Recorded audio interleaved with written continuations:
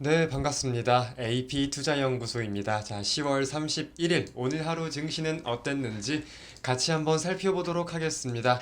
자, 상승 출발 이후에 바로 좀 낙폭을 키워내는 모습들을 보였습니다. 그래서 상승분을 거진 반납하려는 모습들을 보이면서 추가적으로 저점을 계속 이탈하는 모습을 보였지만 다시금 이렇게 12시가 지나기 전에 강세 흐름으로 추세를 전환시키면서 전약 후강 장세를 보인 하루였어요. 이에 코스피가 오늘 1.11%, 코스닥은 1.12% 강세를 보인 하루였는데 동시에 환율 같은 경우도 오늘은 좀 변동성이 있었습니다. 환율에 대해서 좀 따져본다면은 자, 이게 지금 원달러 환율 15분봉 차트인데요. 국내 증시 개장 이후에 이런 변동성을 좀 보였습니다. 보이다가 지금 다시금 달러가 강세 폭을 계속해서 조금 이어나가고 있는 모습이죠. 이런 거는 국내 증시에 이제 부정적으로 자리를 잡는 요인이 될 수 있는데 아무래도 지금 우리가 찾아볼 수 있는 요인으로는 당연히 달러 지수에 대한 내용을 찾아볼 수 있겠지만 아시아 주요국과 함께 살펴본다면 일본의 엔화가 약세를 보이고 있는 요인, 엔화가 달러 대비 약세를 보이고 달러가 엔화 대비 강세를 보이는 요인이 있다 보니까 아시아 주요국 우리 한국의 원달러 환율도 달러 원 환율도 이런 흐름들에 동조화되면서 부정적인 영향을 끼치고 있다라고 좀 살펴볼 수 있을 것 같습니다. 그럼에도 이제 외국인이 오전 중에는 좀 매도세로 일관하려는 모습들을 보였었는데 이제 매수세로 전환이 되면서 특히 코스피 같은 경우는 2천억 원 이상의 매수세가 들어왔어요. 매수폭이 점차 확대된 내용은 긍정적으로 해석을 할 수 있겠다. 그래서 지금은 결국 증시에 이런저런 변동성을 줄 만한 이벤트들이 많은 상황이고 우리가 여기에 대해서 꾸준히 변동성이 일어날 수 있다는 것을 인지를 해야 되는 상황이라는 점 제가 지지난주에도 그렇고 오늘도 그렇고 꾸준히 좀 말씀을 드리고 있습니다. 아무래도 증시 반등에 대해서 우리가 살펴볼 수 있는 내용은 애플이에요.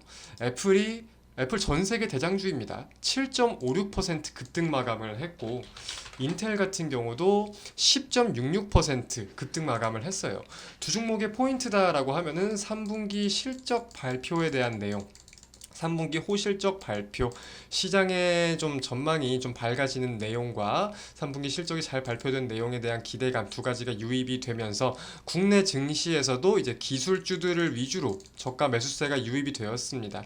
아무래도 전 세계 대장주 그리고 좀 이제 우량주라고 불리는 종목들의 매수세가 붙다 보니까 국내 증시에서도 관련된 종목 업황과 관련하여 투자 심리가 개선될 수 있는 내용, 실제로 오늘 애플 관련주들이 강세를 보인 내용들도 함께 좀 체크를 해볼 수가 있겠죠.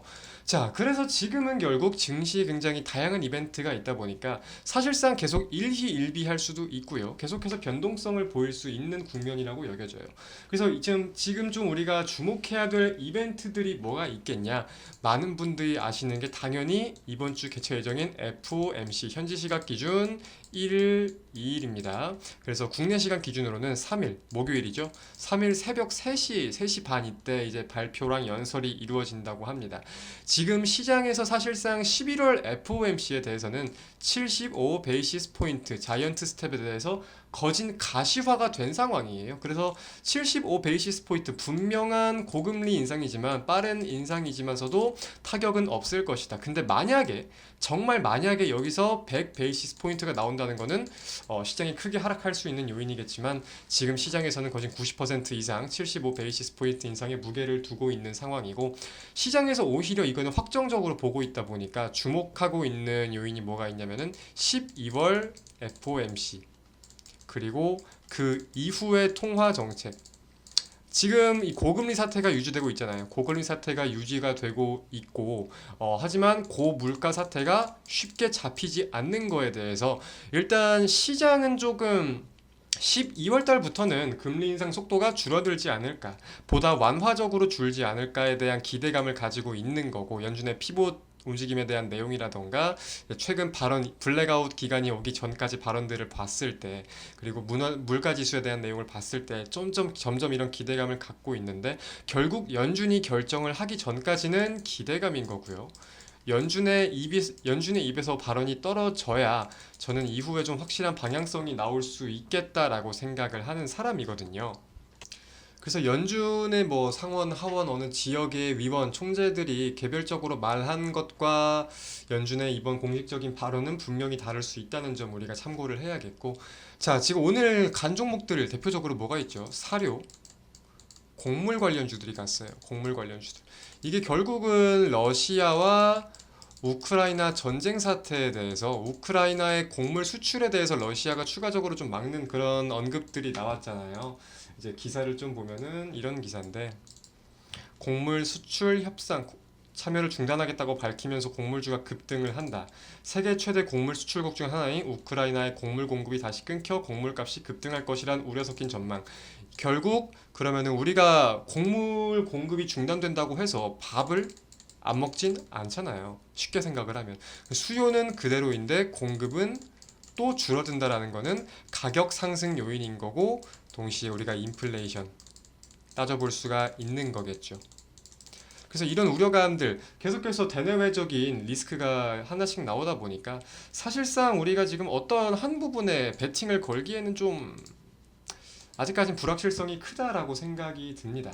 그리고 이제 또 우리가 같이 볼 수 있는 내용이 현재 시간 4일날 10월 고용보고서가 나온다. 고용보고서. 고용보고서도 이제 고용시장과 경기 침체에 대한 내용, 그리고 이제 임금 시장에 대한 내용까지 다양한 내용들이 많이 좀 살펴볼 수 있다 보니까 관련해가지고 경기 침체와 금리 인상의 연동성을 두고 간단하게 말씀드린다면 좀 참고할 수 있는 내용들이 있지 않을까 싶고요. 최근 제 개인적인 생각으로 고용보고서에서 우리가 살펴봐야 된다 하는 내용은 다 중요하지만서도 서비스업 부문이에요. 미국은 서비스업이 굉장히 파이가 커요. 전체 산업군들 중에서 굉장히 파이가 큰 편인데, 이 서비스업 쪽이 이제 위드 코로나 기조가 한국도 그렇고 전 세계적으로 강하잖아요. 전 세계적으로 강한데 이제 서비스업 부분에서 그러면은 이제 고용은 증가를 할 거잖아요. 고용에 대한 수요는 증가를 하잖아요. 한국도 그렇고. 근데 노동시장, 그러니까 인력들이 생각보다 이 수요를 받쳐주지 못하는 거예요. 그럼 어떻게 돼요? 아까 물가 원리 말씀드렸잖아요. 임금이 올라가요. 임금이 올라가는 거에 대해서 인플레이션에 대해 우리가 연이어서 생각을 할 수 있는 거고, 지금 한국 같은 경우도 시급 15,000원, 15,000원 우습게 보잖아요. 같은 이치라고 생각을 하시면 됩니다. 근데 미국은 그 서비스업, 호텔 레저 관련된 서비스업 파이가 굉장히 크다. 자, 그리고 다음은 8일 기준 8일 중간 선거입니다. 미국의 중간 선거와 관련해서 현재 예상대로라면은 상하원 모두 공화당이 차지할 가능성이 큰데요. 이제 주식 시장만 놓고 본다라고 하면은 이제 대통령 그리고 의회 다수당이 불일치했을 때가 역사적으로 성과가 좋다라는 내용들도 있다 보니까, 그리고 시장이 기대감을 갖고 있는 게 중간 선거가 있던 해에는 주식시장 성과가 좋았다는 거예요. 좋았었다는 거예요. 그래서 지금 이런 다양한 이벤트들을 안고 있다. 주식시장이.